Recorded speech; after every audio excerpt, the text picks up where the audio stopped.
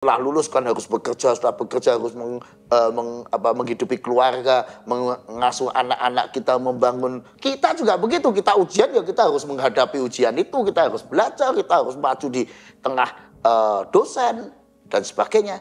Kita bekerja juga kita harus berjerih lelah, berkeringat. Tapi Tuhanlah penentu kemenangan. Tidak takut, tidak kemerungsung. Karena kita tenang, kita menghadapi soal ujian misalnya, kita juga jadi lebih tenang.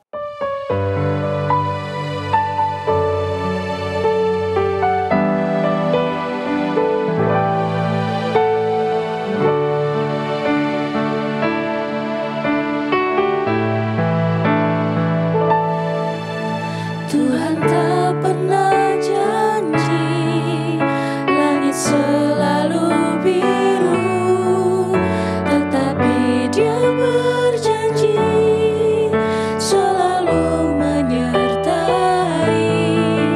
Tuhan tak pernah janji jalan selalu rata, tetapi Dia berjanji berikan kekuatan. Jangan pernah menyerah, jangan berputus asa. Karyanya Tuhan ada saat hati menyembah. Jangan pernah menyerah, jangan berputus asa. Karyanya Tuhan ada bagi yang setia dan percaya.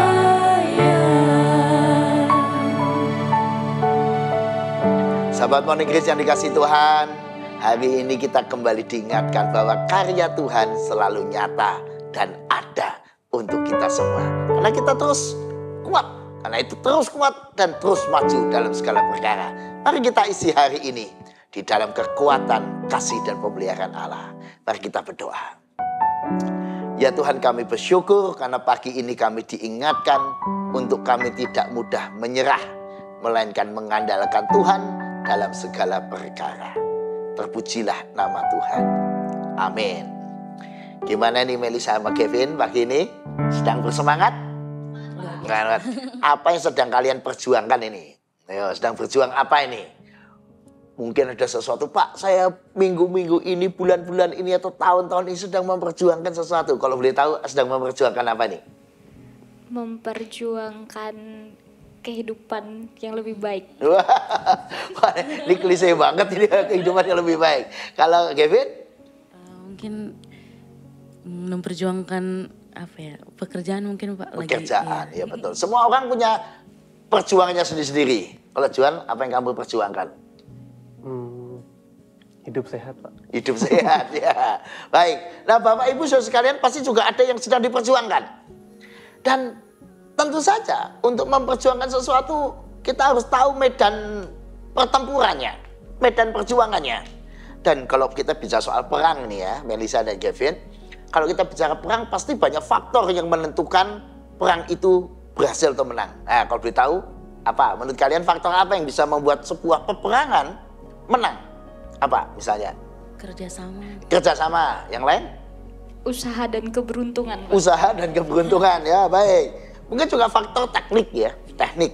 Misalnya kualitas prajuritnya kan, skillnya, dan juga mungkin peralatannya, sarana prasarananya. Kalau dia nggak didukung sarana prasarana yang cukup ya nggak bisa. Keahlian, tapi juga ada masalah non teknis. Apakah dia sedang siap, prajuritnya sedang takut, atau prajuritnya sedang merasa bersemangat. Dan itu kan semua faktor teknis maupun non teknis ini sangat mempengaruhi. Nah, bagaimana kalau kita menghadapi sebuah perjuangan? Nah, supaya perjuangan kalian tadi berhasil, kita belajar dari perjuangan Israel di Keluaran 17 ayat 8 sampai 13. Mari sahabat Morning Grace, kita akan melihat bagaimana cara kita memenangkan perjuangan. Keluaran 17 ayat 8 sampai 13.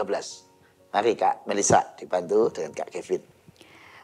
Pembacaan Alkitab dari Keluaran pasal 17 ayat 8 sampai 13 dengan perikop kemenangan orang Israel melawan orang Amalek. Lalu datanglah orang Amalek dan berperang melawan orang Israel di Rafidim. Musa berkata kepada Yosua, "Pilihlah orang-orang bagi kita, lalu keluarlah berperang melawan orang Amalek. Besok aku berdiri di puncak bukit itu dengan memegang tongkat Allah di tanganku." Lalu Yosua melakukan seperti yang dikatakan Musa kepadanya dan berperang melawan orang Amalek. Tetapi Musa, Harun dan Hur telah naik ke puncak bukit. Dan terjadilah, apabila Musa mengangkat tangannya, lebih kuatlah Israel. Tetapi apabila ia menurunkan tangannya, lebih kuatlah Amalek. Maka penatlah tangan Musa, sebab itu mereka mengambil sebuah batu, diletakkannya di bawahnya, supaya ia duduk di atasnya. Harun dan Hur menopang kedua belah tangannya, seorang di sisi yang satu, seorang di sisi yang lain, sehingga tangannya tidak bergerak sampai matahari terbenam. Dengan demikianlah Yosua mengalahkan Amalek dan rakyatnya dengan mata pedang. Nah, sahabat Monikris, dari bacaan ini kita melihat sebuah model peperangan yang unik ya.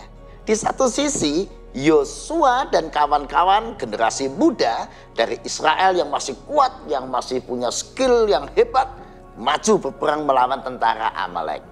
Tentu saja kalau dibilang soal pengalaman dan kemampuan teknis, tentu Israel kalah sama orang Amalek. Ya, kenapa? Orang Amalek memang jagoan perang.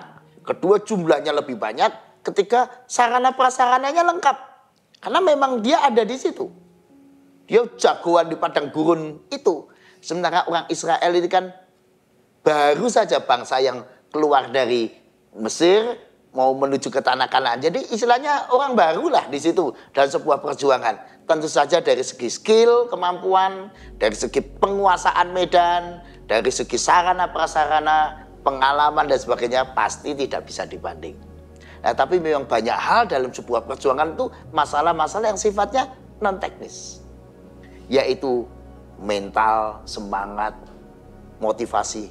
Nah, bahkan orang Israel didukung oleh satu hal, yaitu perjuangan spiritual. Ya, saya disebut perjuangan spiritual. Karena ketika Yosua dan kawan-kawan ada di medan perang real, perang betulan, di situ ada orang-orang tua, Musa, Harun dan Hur yang naik ke bukit. Lalu Musa mengangkat tangannya. Nah, menarik, kalau Musa tangannya masih di atas, memberkati mungkin semacam itu, Israel menang. Bisa mendesak lawannya. Tapi begitu Musa capek, turun tangannya, Israel kalah. Wah, tahu situasi itu, maka Harun dan Hur yang satu menopang tangan kanan Musa, satu tangan kiri Musa, sehingga Musa tetap begini terus tangannya.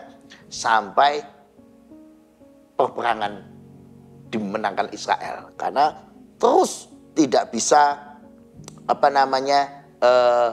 Israel hanya mengandalkan dirinya saja. Ketika Musa mengangkat tangannya, mereka mengandalkan Tuhan, atau Tuhan bekerja melalui peristiwa itu, dan terus sampai tangan itu tidak bergerak sampai matahari terbenam. Demikianlah Yosua mengalahkan Amalek dan rakyatnya. Jadi memang secara real yang berperang Yosua dan tentara Israel atau generasi muda Israel. Tapi mereka tidak bertempur sendiri, ada medan perjuangan yang lain, yaitu spiritual, doa, yaitu Musa, Harun dan Hur di atas bukit melibatkan Tuhan, meminta berkat Tuhan untuk perjuangan. Nah, disinilah kita belajar sesuatu. Yang pertama, kalau berjuang dalam segala hal, jangan cuma perjuangan secara material. Kalau ujian misalnya, jangan cuma menguasai materinya, jangan cuma menguasai, wah ini kan ujian apa misalnya, materinya. Tapi juga ada hal yang non teknis, yaitu kita perlu melibatkan Tuhan. Perjuangan spiritual, doa kita, penyerahan kita pada Tuhan, semakin kita mengarahkan hidup kita sepenuhnya pada Tuhan dan mengandalkan berkat Tuhan, pertolongan Tuhan, maka hal-hal itu akan membuat, pertama, hati kita jadi damai, tenang, tidak takut, tidak kemerungsung.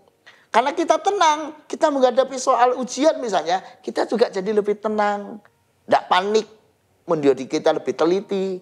Dengan pertolongan Tuhan kita juga diberikan hikmat untuk makin mencermati soal dan menjawab tiap soal dengan baik. Bahkan perjuangan spiritual itu akan meluruskan kita kepada tujuan yang benar. kepada motivasi yang benar. Kalau orang ujian ulangan misalnya, wah ini yang penting nilai ini buat saya, yang penting saya lulus. Ya kan lain dengan motivasinya orang, saya mau persembahkan nilai ini untuk Tuhan. Saya mau persembahkan nilai nanti ini ujian ini untuk papa mama saya. Supaya beliau bahagia yang membiayai hidup saya. Ini motivasinya udah beda. Yang satu pokoknya sekedar lulus. Atau saya mau lulus supaya saya jadi orang kaya. Yang satu saya mau lulus, mau belajar yang baik. Supaya saya jadi berkat buat keluarga saya. Lain motivasinya, lain tujuannya, lain caranya juga. Perasaannya lain. Maka dia akan jadi perang atau perjuangan yang lebih berkualitas. Mungkin orang yang mengandalkan dirinya sendiri juga bisa lulus. Juga bisa dapat nilai A. Tapi kualitas perjuangannya dia hanya untuk dirinya sendiri. Mengandalkan diri. Dalam sekali perjuangan itu mungkin nggak kelihatan bedanya. Tapi kalau mulai hidup ini kan cuma nggak satu perjuangan. Perjuangan kan. Setelah lulus kan harus bekerja. Setelah bekerja harus menghidupi keluarga, mengasuh anak-anak kita, membangun kehidupan, membangun gereja, membangun masyarakat. Kalau perjuangan-perjuangan itu lalu dirangkai akan beda. Orang yang berjuang sekedar untuk kaya, orang yang berjuang sekedar untuk dirinya, dan orang yang berjuang untuk kemuliaan Tuhan, untuk papa mamanya, untuk membahagiakan orang lain, untuk membuat bangsa negaranya sejahtera, untuk membuat dunia yang lebih baik, lain. Cara kerjanya akan lain, motivasinya lain, pikirannya lain, hatinya lebih tenang. Sama-sama berjuang, sama-sama sebuah peperangan kehidupan, sama-sama sebuah perjuangan yang hebat. Tapi hasil akhirnya beda. Kenapa? Diawali dengan proses yang beda. Nah karena itu teman-teman, kalau kita berjuang jangan lupakan perjuangan bukan cuma yang material, yang nyata yang harus kita hadapi. Bukan cuma soal materi ujiannya. Bukan cuma soal kalau dunia kerja ya pekerjaannya. Tapi juga spiritualitas harus kita perhatikan. Nanti hasilnya akan beda. Yang kedua, jangan meremehkan orang-orang lain. Orang tua seringkali kita remehkan, orang tua bisa kerja apa, sudah nggak produktif. Makanya kita merasa, nah, saya nggak perlu melibatkan orang tua. Salah. Kalau kita sedang studi sebagai mahasiswa, kita sedang bekerja sebagai orang-orang profesional, di usia kita sedang energetiknya, kita di usia produktif. Jangan lupa, hidup itu nggak cuma itu loh. Kita perlu doa dari orang tua kita juga. Kita perlu doa dari beliau-beliau yang mungkin secara fisik mungkin sudah lemah. Nggak bisa lagi seperti kita, nggak semudah kita. Tapi jangan lupa, peperangan kehidupan ini nggak cuma yang real. Tapi juga tadi, Israel ada, diperlukan Musa, Harun, dan Hur. Bahkan seringkali itu menentukan. Nah karena itu, kita dalam perjuangan hidup kita, jangan lupakan orang tua kita, kakek nenek kita, teman-teman kita, bapak ibu yang lain, yang kita kenal, kita nggak masalah titip doa, om, tante, titip doa ya saya mau ujian, bapak, ibu. Wah itu luar biasa, jangan remehkan. Orang tua itu bisa menjadi para pendoa yang hebat. Dan mereka nggak kelihatan yang dikerjakan, tapi dampaknya kelihatan. Seperti dalam kisah Israel tadi. Yang ketiga, akhirnya Tuhanlah penentu kemenangan. Memang Yosua harus berperang.